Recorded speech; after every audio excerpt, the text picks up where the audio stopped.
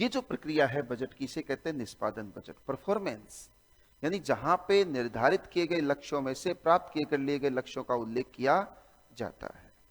जैसे सरकार कहती है हमने कहा था 10 करोड़ महिलाओं को गैस कनेक्शन दिया जाएगा, जिसमें से 5 करोड़ को गैस कनेक्शन उपलब्ध करा दिया गया है। 10 करोड़ के लिए कहा था, 5 करोड़ को गैस कनेक्शन उपलब्ध करा दिया गया है। इसका मतलब सरकार ने अपने परफॉर्मेंस को बताया कि नहीं बताया, कि हमने कहां तक किसके लिए कहा था, 10 करोड़ के लिए, और उपलब्ध कितने करा दिए, 5 करोड़ उपलब्ध करा दिए। ऐसे बजट को क्या कहते हैं अपन, निष्पादन बजट कहते हैं, परफॉर्मेंस बजट कहते हैं। क्लियर है सभी के? लेकिन इस बात को ध्यान देखो, ये तो निष्पादन बजट की जो प्रक्रिया है ये बड़ी ही जटिल प्रक्रिया है। क्यों जटिल? कैसे? सबसे पहले तो लक्ष्यों का निर्धारण करना। सबसे बड़ी जटिल समस्या तो ये है कि आप ये सोचो, अपने ऊपर लेके देखना इसको, आप ये सोचो कि इस महीने इतिहास और ज्योग्राफी पढ़ेंगे, उसके बाद में आपके लक्ष्य को चेक करना कि कहां तक लक्ष्य पूरा हो पाया, उसको एक्सेप्ट करना। अगर आपने कोई काम किया है उसको सही तरीके से नहीं किया है, उस बात को मानना और फिर उस व्यवस्था में सुधार करना। बड़ी जटिल प्रक्रिया है कि नहीं है? इसमें बड़े शोध की आवश्यकता पड़ती है, अनुसंधान की आवश्यकता पड़ती है, बड़ी खलचली प्रक्रिया होती है ये भी। जेंडर बजट, लैंगिक बजट। अगर सरकार महिला कल्याण से प्रभावित होकर महिलाओं के लिए अलग से वित्तीय प्रावधान किया जाता है, कैसा बजट कहलाता है? लैंगिक बजट कहलाता है। महिलाओं के लिए अलग से प्रावधान किया जाता है ताकि महिलाओं को अवसरों की उपलब्धता क्या की जा सके, सुनिश्चित कराई जा सके। जैसे मान लो सरकार ने कहा शिक्षा पे 1000 करोड़ रुपए खर्च किए जाएंगे, 1000 में से 30% हिस्सा महिलाओं पे खर्च किया जाएगा। जैसे मुख्यमंत्री अनुप्रति कोचिंग योजना है, उसमें 50% सीटें किसके लिए? महिलाओं के लिए, और 50% सीटें किसके लिए? महिलाओं के लिए। कैसा बजट है? लैंगिक बजट है। कैसा बजट है? लैंगिक बजट है। नेक्स्ट, जीरो बेस बजट, शून्य आधारित बजट। जीरो बेस बजट या शून्य आधारित बजट।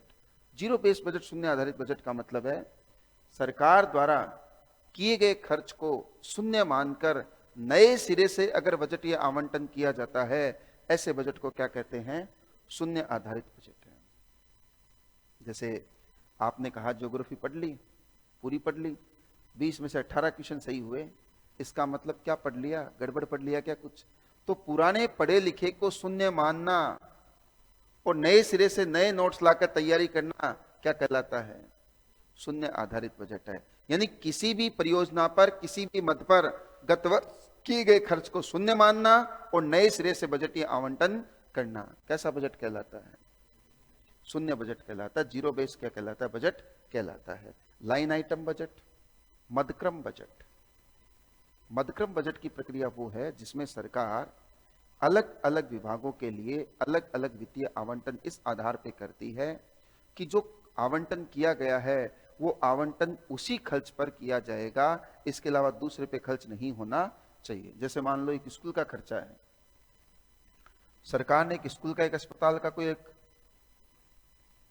पुलिस थाने का खर्चा फिक्स कर रखा है कि एक तो पता चला कि एक प्राइमरी स्कूल को साल के 10 लाख रुपए दिए जाएंगे, ठीक है, ये तो स्कूल का खर्चा आवंटन करना हो गया।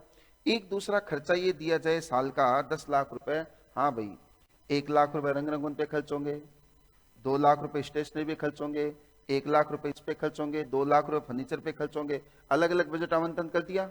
अब मान लो इस बार फर्नीचर की आवश्यकता नहीं पड़ी। किसकी आवश्यकता नहीं पड़ी? फर्नीचर की आवश्यकता नहीं पड़ी, लेकिन स्टेशनरी की आवश्यकता ज्यादा है। तो आप फर्नीचर का खर्चा स्टेशनरी पे खर्च नहीं कर सकते हो, फर्नीचर का खर्चा किस पे करना पड़ेगा? फर्नीचर पे खर्च करना पड़ेगा। अगर आप ये नहीं कर पा रहे हो तो बजट लैप्सी हो जाएगा। ये क्या हो जाएगा? लैप्सी हो जाएगा। समझे मेरी बात को?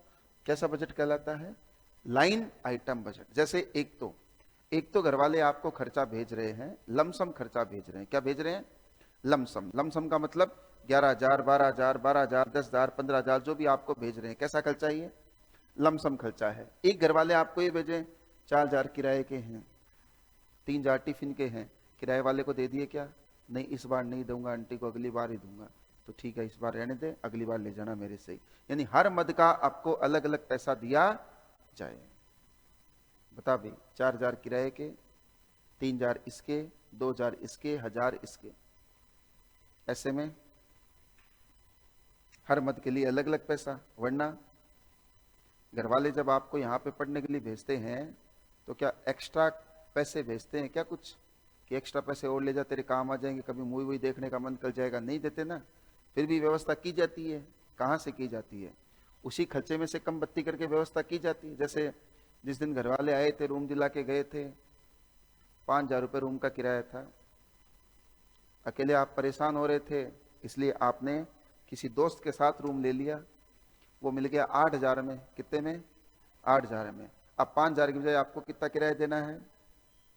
अरे 4 ही देना है। कम हो गया कि नहीं हो गया? तो 1,000 रुपये घर वालों को वापस दोगे या अपने खर्चे में काम में ले लोगे? खर्चे में काम में ले लिया जाएगा। इतने में कोई एक हो रहा है, यार मेरे को भी रख लो यार भाई, मैं सारा दिन लाइब्रेरी जाता हूँ, ठीक है, फिर किराया देना पड़ेगा। अब वही 8,000 रुपये कितने में बट रहे हैं? 3 में बट रहे हैं।